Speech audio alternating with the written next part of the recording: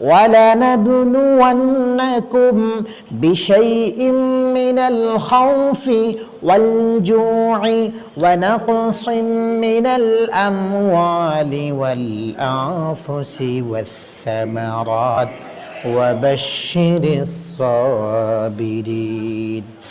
আমি তোমাদেরকে ক্ষুধার যন্ত্রণা দিয়া, বিপদ আপদ দিয়া, মুসিবত দিয়া, তোমাদের ইনকামকে আমি কমায় দিয়া তোমাদেরকে আমি পরীক্ষা করব।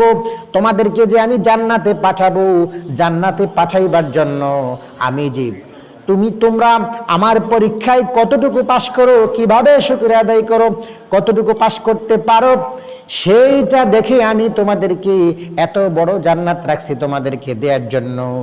যারা যত বেশি আল্লাহ তাআলার পরীক্ষায় পাশ করতে পারবে তাদের জন্যই আল্লাহ তাআলা এই পৃথিবী 10টার সমান সর্বনিম্ন সবচাইতে ছোট যে জান্নাত পাবে এই পৃথিবী, অর্থাৎ এই মহাবিশ্বের মধ্যে মহাবিশ্বটা যত বড় তার থেকে 10 গুণ বড় সবচাইতে ছোট যে জান্নাত পাবে তাদেরকে দিবেন। কাদেরকে দিবেন?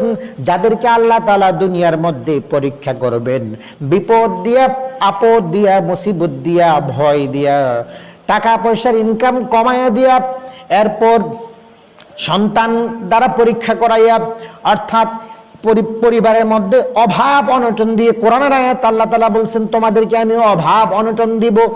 এগুলো পাওয়ার পরেও তোমরা আমার প্রতি শুকরিয়া আদায় করো নাকি আমার প্রতি বিরক্ত হও, এইটা আমি দেখব।